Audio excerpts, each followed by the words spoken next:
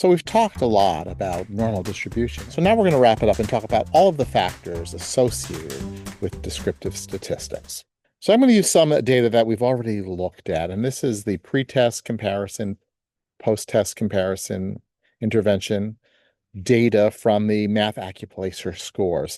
And what I'm going to do is I'm going to do a specific focus on the post-test intervention data. So we're going to focus right here and make sure we understand all of these factors and what they mean.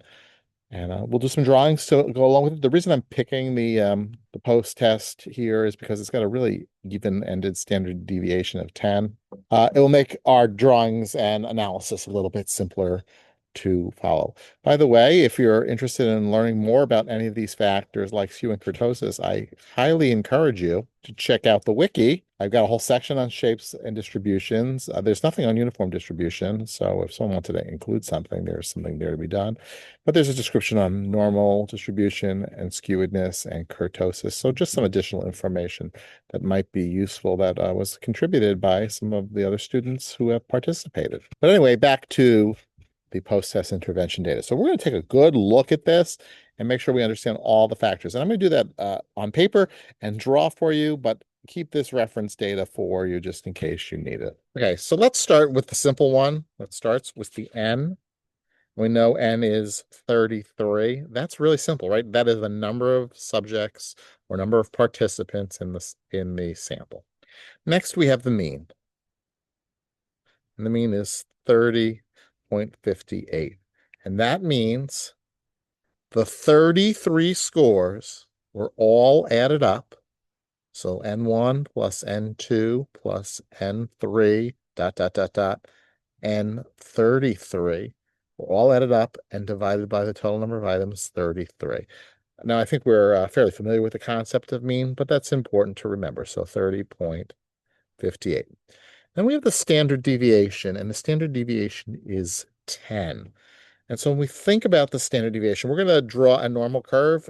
This data actually doesn't particularly look like a normal curve, but we're going to just draw it anyway. So we're going to do that.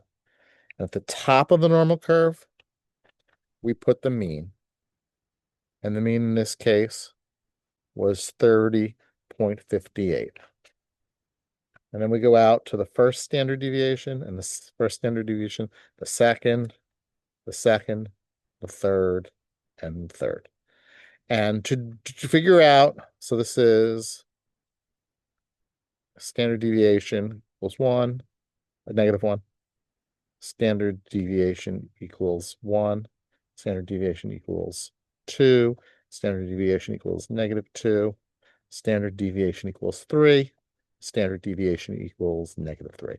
And remember, there are mathematical values associated with the set of data that we're looking at. So since the standard deviation is 10, we're going to add 10 on this side, subtract 10 on this side. The first standard deviation is 40.58. The second standard deviation is 50.58. And the third standard deviation is 60.58. Then we go the opposite direction. 20.58, 10.58, and 0.58. So really a range of data here. Remember that this is the majority, about 68% of it is in the middle section there, and less as we move out from there. So standard deviation. Now, if we also remember the z-scores, although not on the data sheet, this was a z-score of 0, 1, 2, 3, -1, -2, -3. Okay, so there's our standard deviation interpretation. Now we have a skewness value.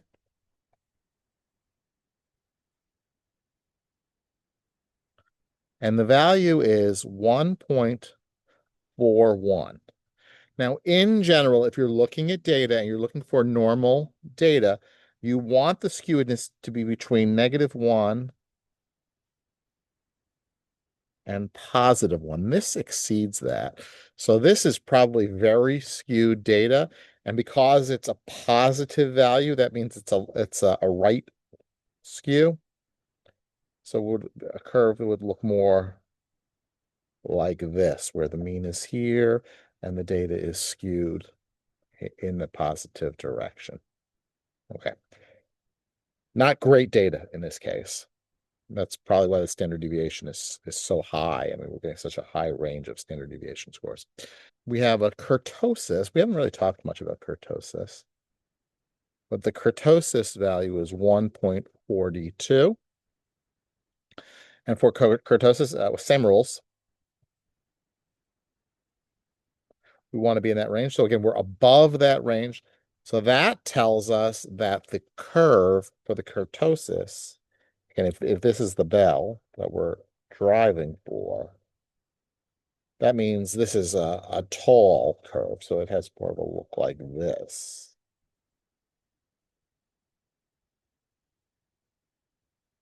Okay. Again, not fantastic data in this setup. So we got lousy skew, we got lousy kurtosis. That's certainly from that data sample. We'd be suspicious if we're doing further inferential analysis on it.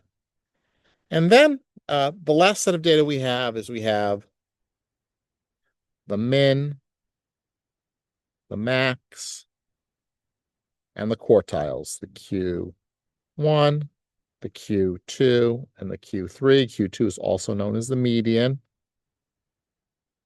And so we had 21, 57, 25, 31, and 40.50. These were all point zeros as well. I'm just saving some time to draw them.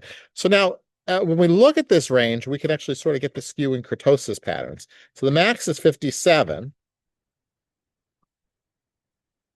out here someplace, and the min was 21 in this range here. So you can see, actually, see that box we've created now? That's where the data really is lying.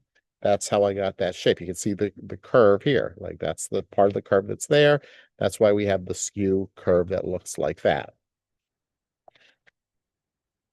We can do a box and whisker on this, and I'll do it vertically. So I'm going to say this is 20, 30, 40, 50, and 60. We know the minimum is 21. So that's the bottom here. We know the Q1's at 25, right here. The median is at 31, right here. The Q3 is at 45, right here. And the max is at 57, up here. I hope I did okay on my drawing. So now we can put our box in.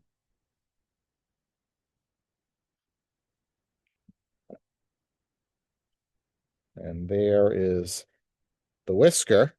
The whiskers are the tails.